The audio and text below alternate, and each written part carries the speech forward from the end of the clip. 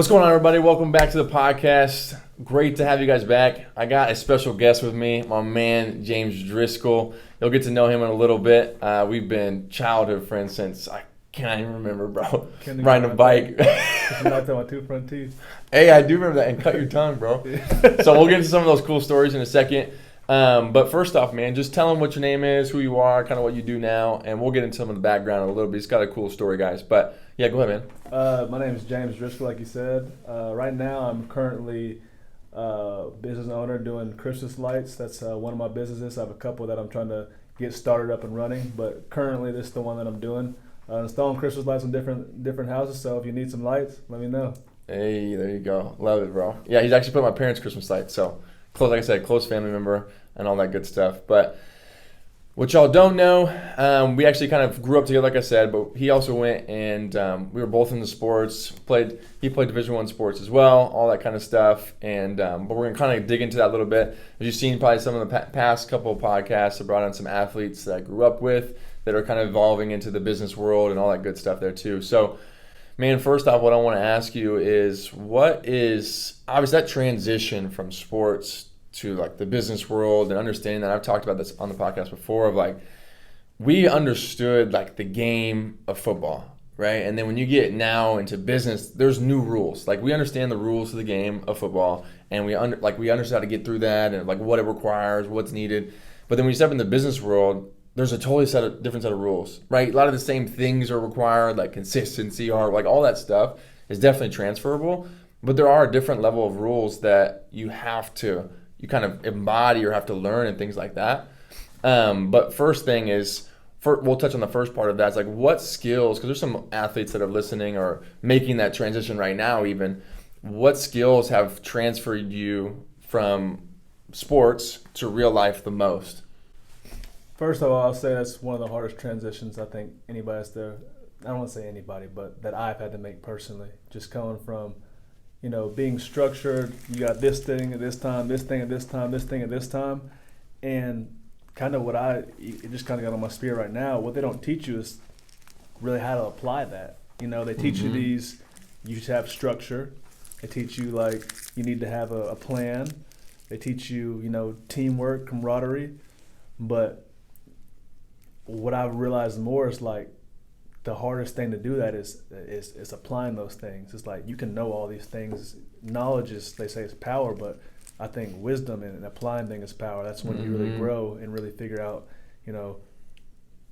how to be who you want to be. Yeah, because knowledge is just knowledge, right? Knowledge is just information that you know, but until you apply it, it's not really wisdom, right? And when you apply it, that's where you start leading results. But 100%, I think that's a huge piece because, and I talk about with guys all the time, is when we transition, that transition is really hard. It just is, because you don't know what you don't know, first off. So you're in a whole new, you're trying to figure out the game, right? It's a new game you're having to figure out, but you're a lot older now and you feel like you should already have to figure it out. But you've been playing this other game and you're trying to figure out all the skill sets you developed and how you can make use of it and make up time, what it feels like. At least that's how I felt. It's like, man, I gotta make up all this time. I'm mid-20s trying to figure out. Everybody feels like they already got a job, all these different things. I'm trying to figure out, start from over. But as you kind of get going, you start to realize, like, dang, there's actually a lot of things that are ingrained in me that other people don't have, that other people don't understand. And because consistency, obviously the definition of greatness is doing something great, obviously really good over and over and over and over again. And it becomes who you are. It's your character, right? So now that's why you see a lot of job places will hire athletes, because they know they're hardworking and they know they can teach them the stuff, but if they work hard enough, they'll get it. And same thing in business, right? Is if you want to be successful, you have to embody those things over a period of time. It has to be who you are, right? Over deliver, work beyond the hours you're supposed to. All those things are a part of it, right? And I think that's a big thing that we have to understand is that, one, no matter what walk of life you're in, no matter where you are, those things that you've learned in other seasons of your life apply to the season that you're in. A lot of times we think we just throw it all out. Man, that was something else. I got to start over. No, there's a lot of things you can repurpose and use to your advantage that will vastly separate you from everybody else. I think that's a big thing for sure. Second thing, man, unless you have any other things you would say with that. No, man, I think just what you said, like nothing's wasted. You know, I Mm-hmm. feel like we go through these dark seasons in our life, or these light seasons of our life, and you gotta understand, like, no pain, nothing that we go through is wasted at all. As a purpose. You know, we might not see it, but it's so important to keep going and just keep Mm-hmm. fighting and just keep taking a step forward. You know, I feel like people don't value the power of a seed anymore. Everybody wants something right now. Mm-hmm. You know, we don't value the say, for example, someone wants to say, hey, I want to save $500 a month. You know, most people would try to instantly save $500 a month, but it doesn't work like that. Maybe you save 5, then you go up to 20, then you go up to 100. You know, it's the value of a seed. Like, we want this microwave instantaneous process. 100%. You know, instead of just taking the time to really develop these skills and then put them into the earth. So 100%, because I mean it goes right, and dude, it's so true, the seed deal, because one, if we aren't willing to see, and it goes back to consistency, right? That's what has to happen. Like, you have to consistently put a seed in the ground, you have to consistently water it, you have to consistently take care of it, you have to consistently get it sunlight. Like, there's a lot of different things that if you just take just an image of a seed and how you grow, let's just say it's personal development space.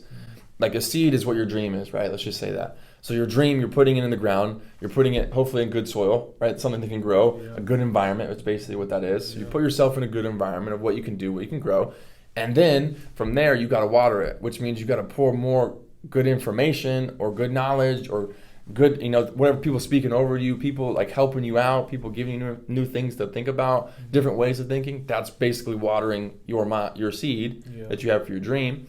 And then also at the same time, getting it sunlight. So getting in exposure, right? You got to have some type of exposure where you have to actually grow, right? Think about, like, when the sun comes in and the water's there, all of a sudden that produces life and it has to expand, right? Well, it's in the dirt, but right now you don't see it. But all that expand, that uncomfortable moment where it's got to step out of the seed and become something, you have to have exposure to where you're uncomfortable, right? That's what I always talk about. The comfort zone is like death, right, for your growth. Because we never expand beyond what we are in. Because we all want to stay comfortable. It's just a fact, right? Like, we all want that. Why would we not want to be cozied up and just chilling or retired? Like, that's the whole dream. Is like, comfort is retirement, right? That's what we all want. But the fact of the matter is, once you get there, you realize it's not really what it's mapped out to be if you have a life that you don't have to escape from. That's what I always like to think is like, yeah, retirement's great. Now, I want to have that, be able to retire, but I want my life to be so invigorating that I don't have to have something I try to escape from. Like, I'm living in the retirement, if you will. Yeah, it's like you have the option to retire, not you have to. Exactly. Or I want to. Like, it's just like, man, I love doing what I do. Yeah, like, and that life is so fun that way. It gives me life, Exactly, right? And so I think when the seed example that you kind of alluded to is like understanding that process, that vision, that imagery of like, man, that's what it really takes to build a dream. It's the same way, utilize something that's as real as, planting seeds of something. I mean, it really is that simple. And the fact of like how we actually develop and all those things I mentioned are important to have, right? And so second thing, man, is not only, I guess, we'll go to this first, is like what from like stepping into the business world, stepping into like obviously the Christmas lights and stuff you're doing and things you learn. I know we used to read a lot of books together too and kind of do studies and stuff like that. What things have you learned from stepping into business that you're like, dang, I didn't even know or I didn't realize this kind of thing? And I may be throwing you on the spot, but it's one of the things I'm just curious what some of the listeners will want to know. I think, and I knew this, but just like I was saying earlier, like you can know things, but like when you go on experience, you figure like you have to pivot in certain areas. But like, I've never been a planner. Like I always just like I'll figure it out along the way. And that's destroyed me, and I admire you, like how diligent you are with your planning, and just the importance of planning, man. Just like really taking this time to step back. Like this was I used to act, then I'd figure it out, maybe plan. But now it's like I took a step back. I'm very prayerful about what I do. I create a plan. Okay, I feel comfortable with this plan. Now let me go act. But you got to be careful in this stage where you don't want to make this plan like too perfect where you don't get to this point where facts. So it's just a balance in those steps. And I've really just figured out how to really slow down my life, take a step back, and then go attack at something. Like it's being proactive instead of reactive. And reactive is not always a bad thing. But I feel like in business, it can be sometime. It's finding that time. You can't forecast if you're reacting. Exactly. Right? Exactly. You just can't because you have to see it before it happens. Exactly. or create something that doesn't exist. Mm-hmm. And my biggest thing, my girlfriend, she's the biggest, like, I don't want to say she's negative, but she always thinks of the bad things that can happen. I'm like, why do you always do that? Just think of the good things and focus on that and make it work. But it's so important to think of things that can happen, so you know how to pivot when they do. You have a plan for when they come. You're not, oh no, what do I do? You're like, okay, I kind of foresaw this may be happening. Okay, let me take this step. 100%. More of a calm, proactive approach than like, oh, what do I do? Yeah, you're not expecting it to happen, Exactly. but you're just seeing the situation as a whole. Like, Exactly. if this happens, cool, what am I going to do? I may not know, but at least I have an idea. It's like, cool, I can see this possibly happening. Cool, what am I going to do from here? Blah, blah, blah, and we deal with it. And I think one of the things, too, you alluded to, and it's always the one's got one, one's got the other. What I mean by that is, if I'm playing a lot, the natural thing is not to move as fast. Yeah. Right? If I don't plan a lot, the natural move is to move fast and then try to figure it out as I go. Yeah. And both come together perfectly. They should naturally align, right? Because the person that acts first usually can do a lot of things the person that would just sit around and wait didn't do. Mm-hmm. Right? But the person that sits around and waits may not be able to maintain some of the things, but if they never start, it doesn't matter what they're maintaining. Mm-hmm. Right? So there is the aspect of both, and I think you have to have both. You have to be one that, map out, plan what you can, but don't let the plan stop you from the action. Yeah. Right? It should just help you make a better action. Exactly. It's the same thing when you're learning about something. If you read a book or read books or whatever it may be, I challenge you all to read books. But if you read a book and you don't apply anything from it, what was the point of reading it? Yeah. You just wasted maybe a day, a week, whatever it may have been. If you didn't apply or take a lesson from it, it could be fiction, nonfiction, whatever. What did I learn from this? What did I take from this? How can I apply that to my life, right? And there's sometimes you can just enjoy reading, and that's moments for that. Yeah. But if you're reading to actually grow and get better and surround yourself, same thing with listening to a podcast, take away at least one thing from what we're talking about today and apply it. How do I make sure I'm doing whatever I need to do, right? Mm-hmm. So I think it's important to have that for sure. Yeah, that's the biggest thing, is just applying. You have to be able to apply. You have Mm-hmm. to be able to see, to whatever you read or whatever you hear, you have to apply it, or it means nothing at all. Mm-hmm. Right, because in all honesty, this day and age, you probably get away with just talking, right, with no action for a little bit, and then tell people to figure you out. Mm-hmm. But at the end of the day, you have to back that stuff up with your actions, Mm-hmm. right? It's the whole thing of mentioned the Bible earlier. It's faith is dead without action. You have to act on what you're saying, and even just because you have a vision, right? A vision's the first start, right? We have to have a vision of what we want to create, which is in our mind, right? The next thing is to actually make it a reality is usually the work that's required. You gotta be a doer. Right, exactly. So it's just one of those things where we have to, once we create a vision, once we plant the seed, right? The vision is, we plant the seed because of the vision we have that it could become something, Mm-hmm. right? So once we have that vision and we planted it, now the next thing is I got to do the work necessary to make that a reality, Mm-hmm. because hope deferred makes the heart sick, Mm. right? So if I plant a seed, plant a dream, I start reading, I start applying some things, and then I just stop working or I don't put in the work necessary, but the expectation is still the same. Mm-hmm.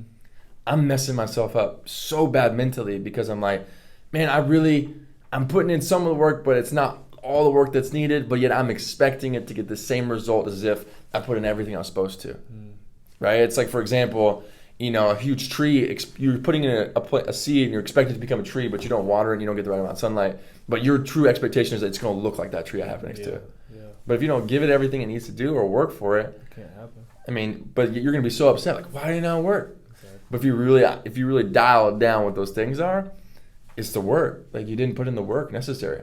So I think, man, and you kind of mentioned on, I'm glad you brought up the seed analogy, because I wasn't even thinking about that, but it's a perfect illustration for how you take a vision to the next thing, to the next thing, to the next thing, Mm-hmm. and consistently build upon it. Because, man, it not only do I hear it all the time, but it was a season I had to walk through too, right? I had to walk through my vision was the NFL, got to the NFL, things were done. Now it's my vision is to get into business and figure it out.